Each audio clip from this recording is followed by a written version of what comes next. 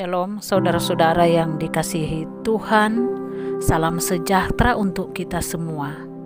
Jumpa lagi dengan saya Shana di channel Kebahagiaan Sejati. Apa kabar saudara-saudara? Semoga saudara-saudara berada dalam keadaan sehat dan dipenuhi dengan sukacita. Saudara-saudara, pada kesempatan ini marilah kita merenungkan firman Tuhan yang terdapat di dalam buku Kejadian pasal 2 ayatnya yang ke-18. Bunyinya demikian. Tuhan Allah berfirman, "Tidak baik kalau manusia itu seorang diri saja. Aku akan menjadikan penolong baginya yang sepadan dengan dia." Saudara-saudara yang dikasihi Tuhan, sewaktu dua anak manusia memutuskan untuk menikah, tentu saja mereka ingin hidup berbahagia dengan pasangan hidup mereka. Itu tentu merupakan cita-cita yang ideal, dan kebahagiaan dalam dunia perkawinan itu sesungguhnya ada, dan bukan hanya cerita dongeng belaka. Saudara-saudara, kalau sampai saat ini kita menyaksikan begitu tidak jelasnya kehidupan berumah tangga, sesungguhnya itu karena dua orang setelah menikah mereka hanyut dengan kesibukan masing-masing. Bersibuk-sibuk dalam memenuhi kebutuhan rumah tangga tentu adalah keharusan. Namun jika kita mengabaikan keharmonisan rumah tangga kita, itu adalah sesuatu yang salah. Harus kita sadari bahwa untuk meraih apa yang dinamakan keberhasilan dan kebahagiaan tentu bukan hal yang gampang.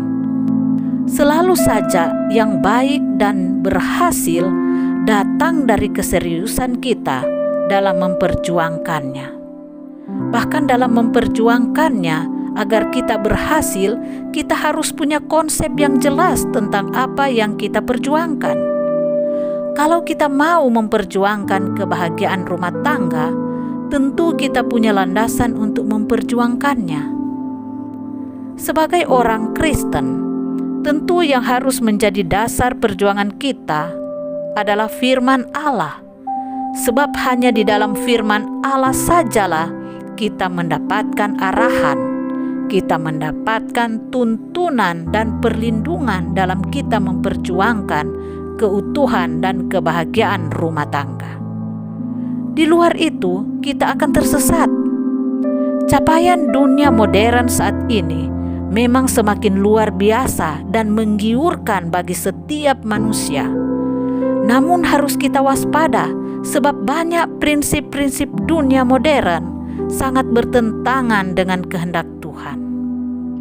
Memang secara manusia kita bisa iri melihat pencapaian dunia modern. Tetapi apalah artinya jika kita kehilangan makna sesungguhnya dari kehidupan itu sendiri? Dunia modern senantiasa memburu keberhasilan, kesenangan dan keuntungan. Dan untuk mencapai itu, tak jarang mereka harus melepaskan segala hambatan yang menghadang. Tidak peduli apakah itu istri, apakah itu suami, atau anak, bahkan iman mereka. Jika hal itu dianggap menghambat, pasti akan ditinggalkan. Bagi orang Kristen, yang utama adalah kesetiaan dan bukan hanya kesuksesan saja. Untuk apa kita sukses dalam karir dan usaha, namun rumah tangga kita berantakan dan iman kita hancur? Saudara-saudara, mengambil keputusan untuk membangun rumah tangga adalah penting, tetapi yang lebih penting lagi adalah kesetiaan kita terhadap janji yang telah kita ikrarkan bagi pasangan kita, dan terutama janji kita kepada Tuhan. Jika kita setia dalam perjuangan iman kita dalam berumah tangga, maka kita layak meraih janji Tuhan pada kita, yaitu kebahagiaan. Namun harus kita sadari bahwa kebahagiaan itu datang melalui perjuangan dalam kasih dan kebenaran Tuhan. Kebahagiaan tidak pernah datang begitu saja, Selalu saja ada harga yang harus kita bayarkan untuk meraih kebahagiaan.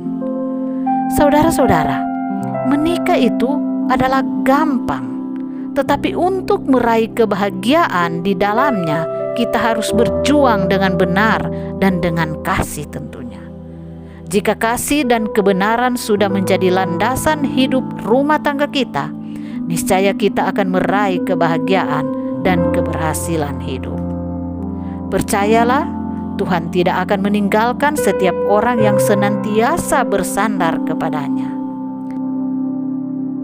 Dalam ayat renungan yang saya sudah bacakan tadi, dengan jelas dikatakan bahwa tidak baik kalau manusia itu seorang diri saja. Aku akan menjadikan penolong baginya yang sepadan dengan dia. Apa arti ayat ini, saudara-saudara? Yang baik itu atau kebahagiaan itu ternyata ada bagi orang yang memutuskan hidup bersama dalam pernikahan. Itu adalah rencana dan janji Tuhan bagi umatnya.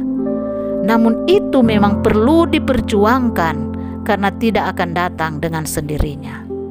Saudara-saudara, untuk meraih kebahagiaan memang kita perlu bekerja sama dan tidak ada yang boleh menganggap lebih penting dari yang lainnya. Dalam memperjuangkan kebahagiaan rumah tangga adalah wajib bagi kita untuk saling menolong dalam kasih dan kebenaran. Hanya dengan begitu kita akan menjadi alat Tuhan dalam menghadirkan damai sejahtera Allah di tengah dunia ini melalui rumah tangga kita. Saudara-saudara yang dikasihi Tuhan, selamat meraih kebahagiaan rumah tangga, karena memang untuk itulah Tuhan menjadikan kita. Tuhan memberkati rumah tangga saudara adalah doa saya. Amin.